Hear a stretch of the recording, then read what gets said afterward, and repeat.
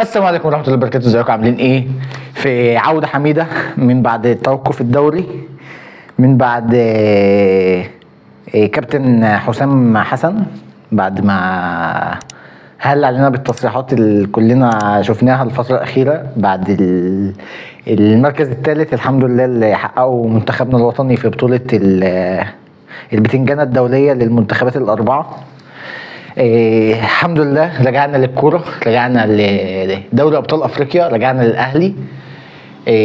فوز كبير، فوز كاسح برغم الرعونة، برغم تضييع الفرص السهلة، برغم حاجات كتيرة قوي. في الآخر أنت كسبت فوز كبير 4-1، كان ممكن يبقوا 6-1، كان ممكن يبقوا 7-1 لولا عرض تريزيجيه، لولا تألق حديد الصراحة اللي شال الكورتين، لولا تصرفات سريعة، تصرفات ملهاش أي داعي من لعيبة الأهلي في بعض المواقف.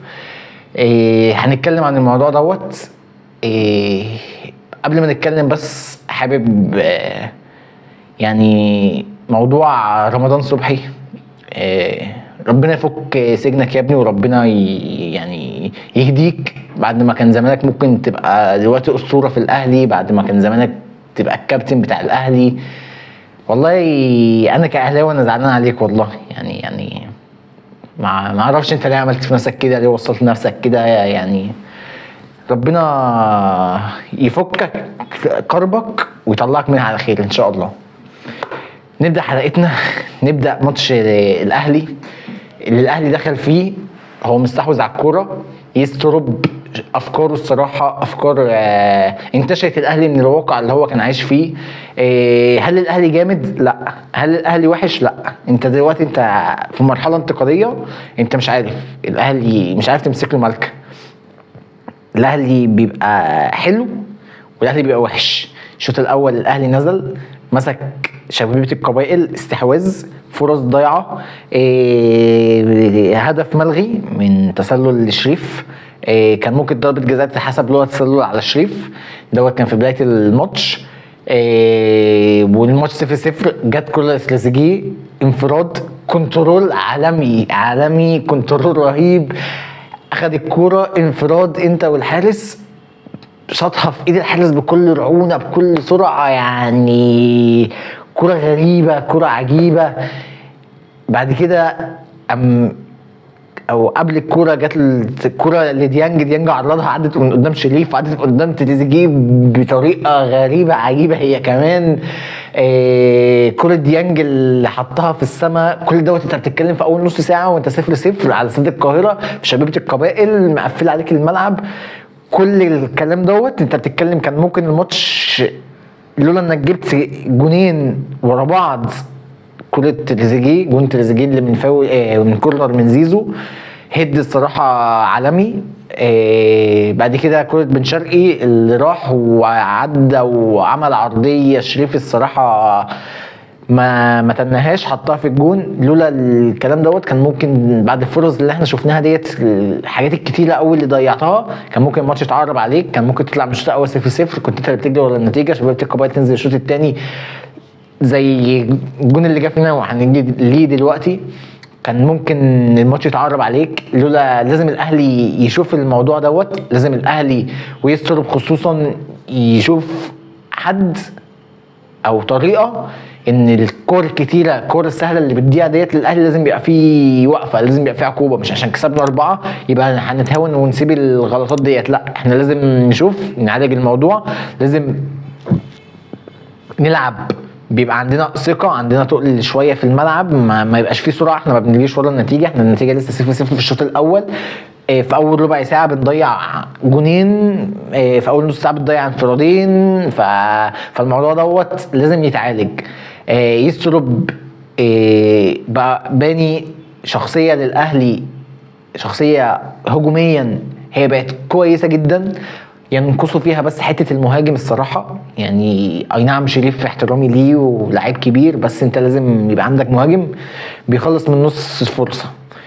تريزيجيه انت مش عارف تمسك له مالكه. هل تريزيجيه حلو؟ هل تريزيجيه وحش؟ بن شرقي مش عارف تمسك له مالكه. هل هو حلو؟ هل هو وحش؟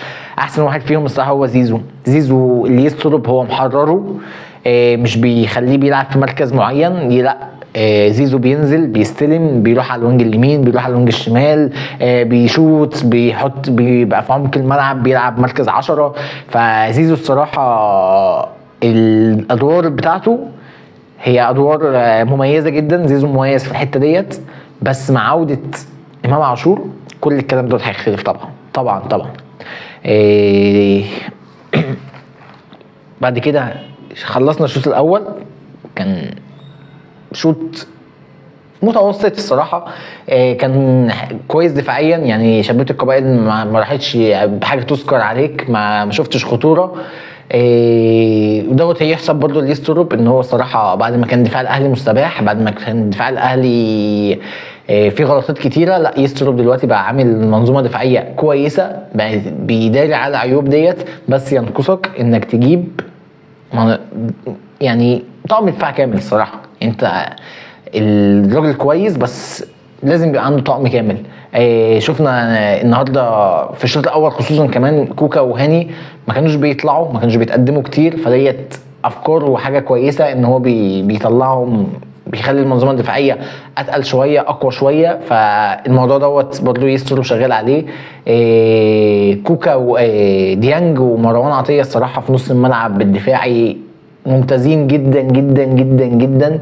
يسرب الصراحه ديانج معاه عالي قوي، عالي قوي، هجوميا دفاعيا استخلاص كور بناء لعب، داخل جوه ال 18 بيكمل كانه مهاجم تاني. فديانج الصراحه مع الراجل دوت هو جامد قوي، ديانج جامد قوي الصراحه. دخلنا على الشوط الثاني. كان نفسي تشوف الجول انت ده. كان نفسي تشوفه.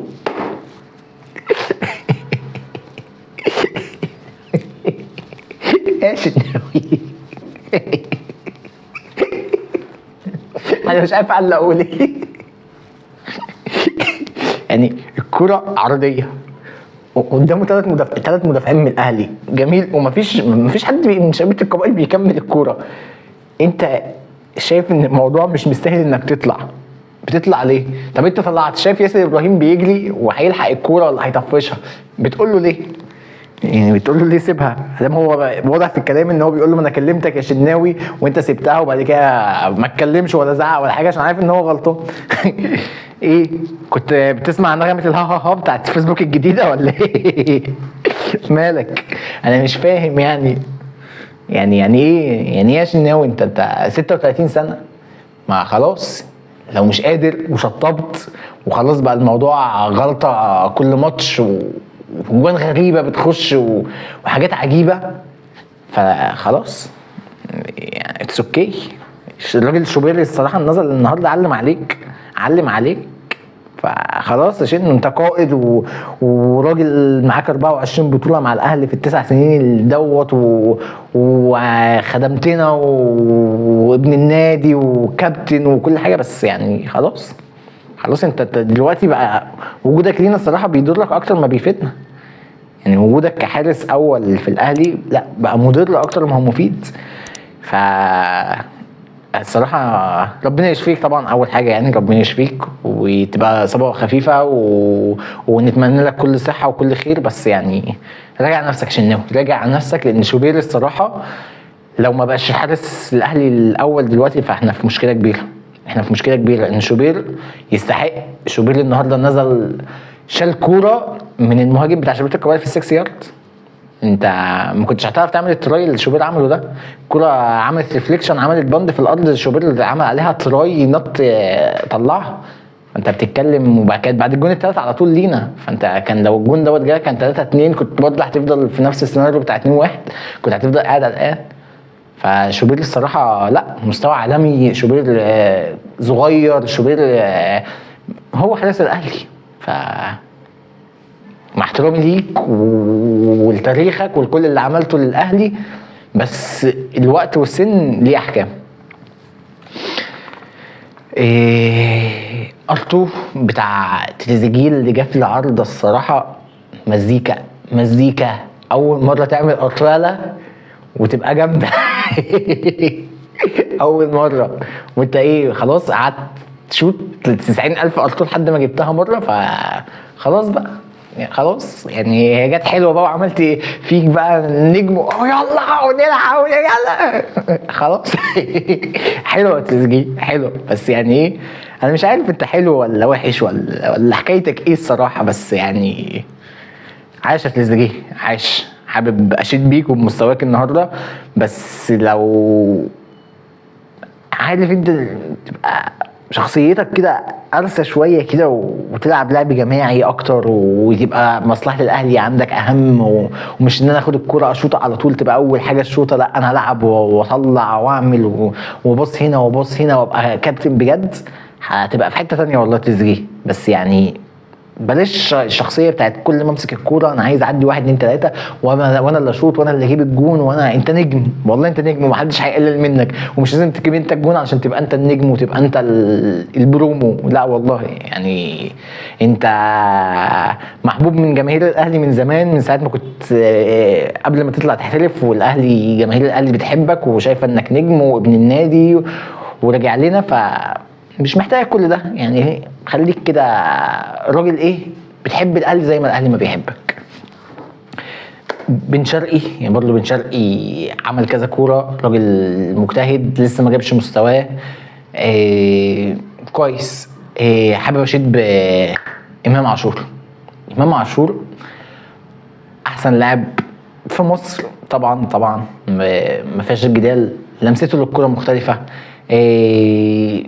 لعبه للكرة مختلف بصراحة. الراجل نازل بقاله بتاع كام 4-5 شهور ما لعبش، 3 شهور ما لعبش كورة، الراجل نزل شاط الكورة خبطت في طاهر، جت لتريزيجيه حط التالت، نزل شاط الكورة جت حط الرابع. الكلام ده انت كنت شايف في الاهلي، ما كانش عندك الراجل اللي بيمسك الكورة وعنده قرار ان انا هشوط على الجون، ان انا هاخد الكرة واشوطها على الجون بالشوطه ديت، ما كانش موجود عندك الحل ده، ما كانش عندك الراجل اللي بيمسك الكرة ياخدها ويعدي ويقوم عامل لك عرضيه وتبقى جون. فامام عاشور الصراحه رجوعه هيفرق مع الاهلي جامد قوي، هيفرق مع لعيبه الاهلي في الملعب وشكل الاهلي هجوميا جامد قوي. الاهلي محتاج يجيب مهاجم علشان تبقى اكتملت في الحته الهجوميه، محتاج مهاجم فقط لا غير، ومحتاج بقى مدافعين علشان برضو تداري على الدفاع. شوبير لازم ياخد فرصته كامله، خلاص الراجل دوت هو حارس الاهلي القادم، فيا ريت هو دوت يبقى اللي جاي دوت مستقبل الاهلي.